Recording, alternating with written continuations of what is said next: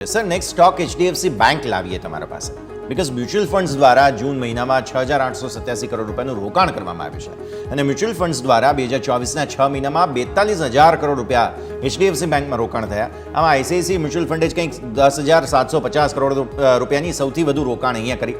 ત્યારબાદ ક્વોન્ટ છે, HDFC mutual fund, Kotak mutual fund, Nippon India, આ બધા જ લાઇન્સર આવે છે. એટલે એચડીએફસી બેંક જ્યારે આટલો મોટો ઘટાડો હતો ત્યારે આ બધાએ મોટું રોકાણ અહીંયા ખાસ કરી રાખ્યું છે. તમે ચાર્ટ્સ કઈ રીતે જુઓ છો સ્ટોકના?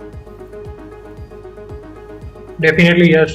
એચડીએફસી બેંકની વાત કરીએ તો રિસન્ટલી આપણને જે ઓલ ટાઈમ હાઈ અને ટેસ્ટ કર્યા હતા 1800 આસપાસના લેવલ, પછી જે ક્વાર્ટરલી અપડેટ આવ્યા હતા એમાં એક થોડું અપસેટ જોવા મળ્યું હતું અને આપણને છેલ્લા 6-7 ટ્રેડિંગ સેશનમાં કન્ટિન્યુઅસ એક ફોલ જોવા મળ્યો. ઓલમોસ્ટ 10% એક ફોલ આવી ગયો છે.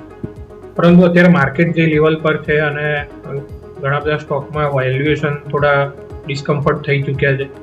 એ રીતે આપણે જોઈએ તો એચડીએફસી બેંક એક વેલ્યુએશન વાઇઝ રિઝનેબલ લાગી રહ્યો છે. મારું માનવું છે કે અહીંયા 1600નો જે સપોર્ટ છે, જે ગઈકાલનો લો આપણે જોઈએ તો એ અત્યારે એક મેજર સપોર્ટ લાગી રહ્યો છે અને ત્યાંથી આપણને લાગી રહ્યું છે કે આજે પણ એક બાઉન્સ કરવાનો ટ્રાય કરી રહ્યો છે. તો અહીંયાથી મને લાગે છે કે 1600ના સ્ટોપ લોસથી ડેફિનેટલી લોંગ પોઝિશન એડ બી કરી શકાય છે અને એક્ઝિસ્ટિંગ પોઝિશન હોલ્ડ પણ કરી શકાય છે. ફરી આપણને જે પ્રીવિયસ હાઈ છે એ રીટેસ્ટ થતાં જોવા મળી શકે છે.